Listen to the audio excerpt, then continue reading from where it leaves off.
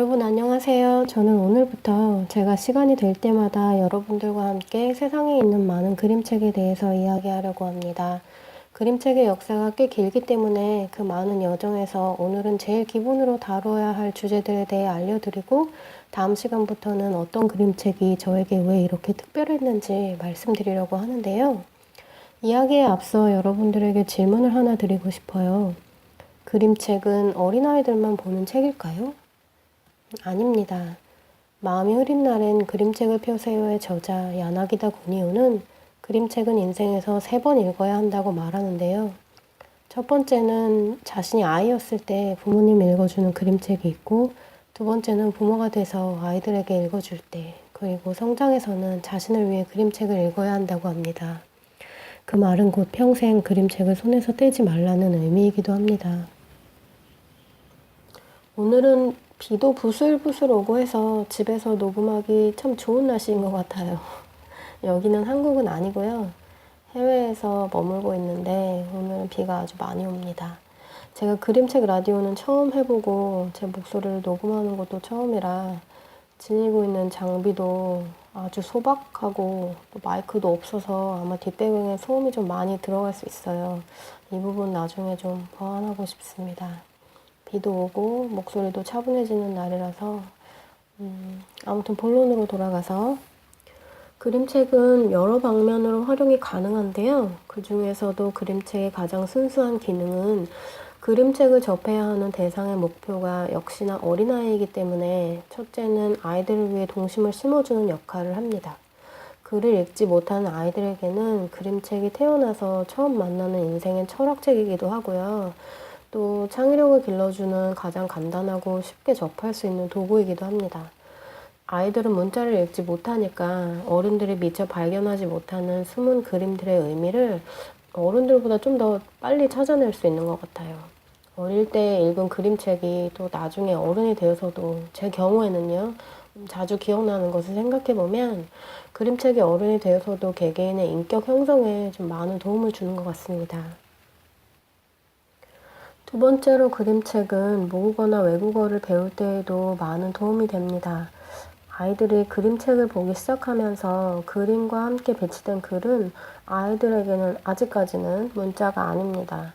그것이 글이라는 것을 인지하기 전까지 아이들은 글을 그림으로 인식하더라고요. 그래서 자연스럽게 글도 하나의 이미지로 받아들이면서 천천히 글을 배우게 되고 또 문자를 읽힐 수 있게 되는 것 같아요. 언어에 재능이 많은 사람들은 어른이 돼서 외국어를 습득할 때 학습법에 따라 정말 잘 배우는 사람도 있지만 저는 그림책을 너무 좋아해서 외국 언어를 배우기 시작할 때 배우는 것에 지치거나 또 흥미를 잃지 않도록 개인적으로 그림책이 저에게 많은 역할을 해주었습니다. 외국에 있는 유명한 성당에 가면 쉽게 볼 수 있는 알록달록한 예쁜 스테인글라스 디자인들 보면 알 수 있죠? 그림은 문맹률이 많았던 시절 성경의 이야기를 전혀 알지 못했던 사람들에게 가장 쉽게 복음을 설명해 줄 수 있는 방법이기도 했습니다. 세 번째 그림책의 활용 방법은 더 이상 아이가 아닌 저희 같은 어른들도 그림책으로 마음을 다스릴 수 있습니다. 저는 그림을 전공했기 때문에 그래서 그림책이 좋기도 했지만 학부 때부터 워낙 심리학에 관심도 많았고 스스로 치유가 필요하다고 느낄 때 언제나 그림책이 저에게 좀 많은 도움을 주기도 했습니다. 심리 상담을 시작하게 되면 상담이 보통 한두 번으로 끝나진 않잖아요.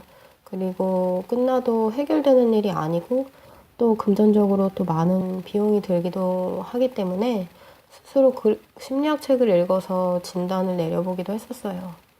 요즘 한국에서는 심리치료를 받는 일이 흠이 아니지만 얼마 전까지만 해도, 몇 년 전까지만 해도 상담을 받고 나면 의료 기록이 남기 때문에 언제 어디에서 언젠가라도 스스로 불리해질 수 있는 상황을 좀 피하기 위해서 상담을 직접 받으러 가기가 꺼려지던 것이 사실입니다. 그렇지만 여러분, 언제나 더 큰 문제가 생기기 전에 전문가의 도움이 필요할 때는 반드시 받는 것이 좋습니다. 괜히 심리 상담사가 있는 건 아니겠죠? 외국에 살면서 불면증이 1년 가까이 지속되었을 때가 있었어요. 개인적으로 좀 힘든 시간들이었는데 스스로 감당할 수가 없어서 테라피스트하고 상담을 받고 나서 딱 한 번 수면제를 한 차례 처방받고 나서 곧바로 수면 장애를 극복한 적이 있었습니다. 스스로 수면제를 사서 복용할 수 있지요. 하지만 처방 없이 복용했을 때 벌어지는 부작용이나 또 중독의 문제 때문에 수면제를 사 먹는 일을 좀 조심했었던 것 같아요. 그 이후에 한국에 와서는 안타깝게도 여러 가지 이유로 심리 상담 전문가에게 진단받는 것을 포기하고, 여러 가지 이유가 있지만 다 이야기를 드릴 수 없는 것에 대해서는 죄송하고, 그래서 스스로 심리학 책을 펴고 진단을 내려본 결과, 저는 회피성 성격, 즉, 쉽게 말해서 사회공포증이라는 것과 또 우울증이 있다는 것을 알게 되었는데요.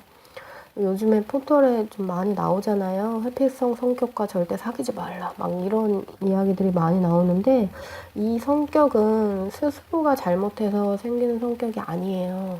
그리고 본인의 의지만 있다면 얼마든지 극복이 가능하다고 합니다.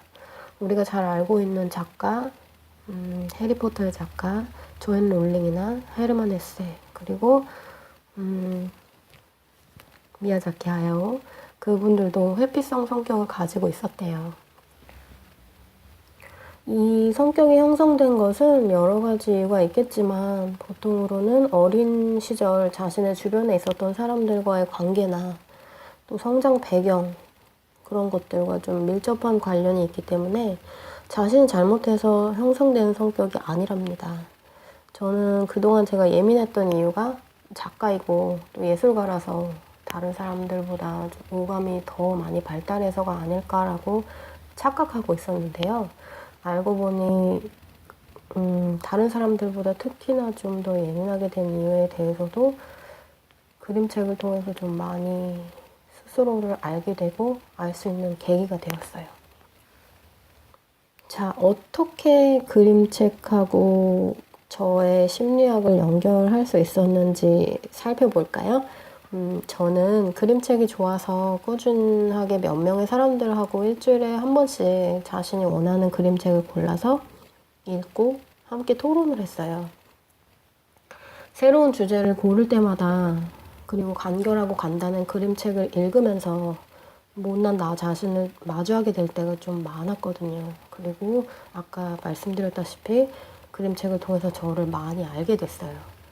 사람들은 먹고 사는 것이 바빠서 자기 자신이 무엇을 좋아하고 싫어하는지 잘 모르고 사는 경우가 되게 많아요. 그런데 바쁜 삶 속에서 내가 어떤 사람인지, 어떤 방법으로든 꾸준히 스스로를 찾아야 합니다. 그렇게 스스로를 찾는 방법이 저에게는 그림책을 읽는 것이었고요. 그림책 북클럽에 참여하면서 지난 1년 동안 저는 스스로에 대해서 진짜 많이 알게 됐던 것 같아요. 그리고 저를 정말 많이 이해하게 됐어요. 이런 나라도 괜찮다라고요. 이게 많이 가지고 있으면 무슨 자랑도 아니고 상장을 받는 것도 아닌데 무슨 증 혹은 증상들, 이런 것들을 많이도 가지고 있는 제가 부끄러워서 울타리를 치고 그동안 저의 모습을 아무도 모르게 주변 사람들한테 좀 꽁꽁 숨겨왔었어요. 1년 전까지. 물론 살아온 성장 배경이나 가정 환경에 대해서도 주변 사람들에게, 대부분의 사람들이 알지 못하도록 좀 많이 숨겨왔었는데, 그런데 출간된 책이 하나 둘씩 늘면서 글을 좀 더 잘 쓰고 싶다는 욕심도 생겼고, 또 인문학 강의를 들으면서 선생님께서 좋은 글을 쓰려면 제일 먼저 스스로를 들여다보아야 되는 시간이 있어야 된다고 조언을 해주셨었어요. 그리고 함께 인문학 강의 들었던 분들하고 작년 12월에 파도타기라는 제목의 책을 출간하게 되었는데요. 많은 사람들의 이름 가운데 저도 작게나마 저의 이야기를 쓸 수 있었고요. 그림책을 읽고 인문학 강의를 듣는 것이 심리학 상담을 받는 것보다 개인적으로는 훨씬 더 좋다고 느꼈어요. 당시에는 이 치유법에 대해서 전혀 몰랐었는데 요즘에서야 이 치유법이, 제가 시행했던 이 치유법이 심리학에서는 감정 풀어내기라는 치료였다는 것을 알게 되었고요. 자신을 드러낸다는 것이 정말 쉬운 일이 아니죠. 그럼에도 불구하고 현실에서 스스로를 마주하고 또 사회로 나와야 되겠다는 결심만 있으면 많은 사람들이 자신을 스스로 구할 수 있을 것 같아요. 저도 그런 결심 때문에 몇 년 전부터 꾸준히 글도 쓰고 그림도 그리면서 그리고 책도 내면서 나름 대중들하고 소통하고 있다고 느끼고 있습니다. 어떤 분들께서는 제가 냈던 에세이책 2016년도에 나왔었죠.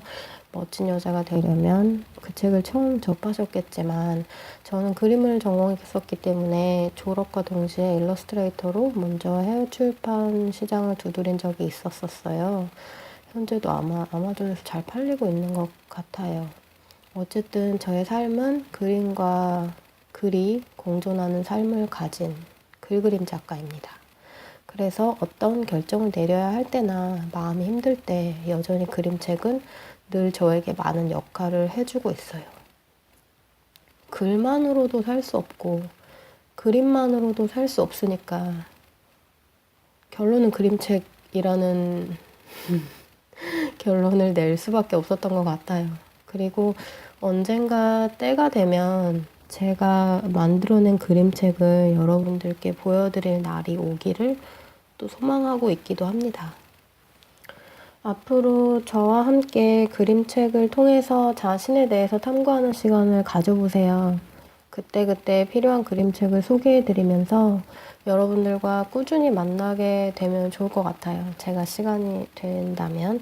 그리고 여러분들의 마음이 아플 때 필요한 그림책, 결정을 해야 되는데 결정이 힘들 때 읽으면 좋을 그림책, 그냥 마음 놓고 편하게 읽을 수 있는 웃긴 그림책, 혹은 부모가 꼭 읽어야 되는 그림책, 아이가 학교에서 따돌림을 당할 때 읽어주면 좋은 그림책, 어른이 되어서도 읽으면, 그냥 읽으면 좋은 그림책 등등 여러 가지를 소개할 예정인데요. 이 녹음이 올라오면 구독을 많이 해주세요. 그리고 반응들도 많이 알려주시면 제가 보완해야 될 부분들도 보완하면서 여러분들과 만날 수 있으면 좋겠습니다. 며칠 전에 테스트 녹음 해봤을 때는 밖에 새소리도 많이 들리고 새소리와 함께 녹음을 하게 될 줄 알았는데 오늘은 비가 오고 지금은 또 비가 멈춘 것 같아요. 아무튼 여러분들 함께 오늘 만나 뵙는 처음 인사드리는 날이었는데 오늘 녹음이 좋은 시간이었기를 바랍니다. 감사합니다. 안녕히 계세요.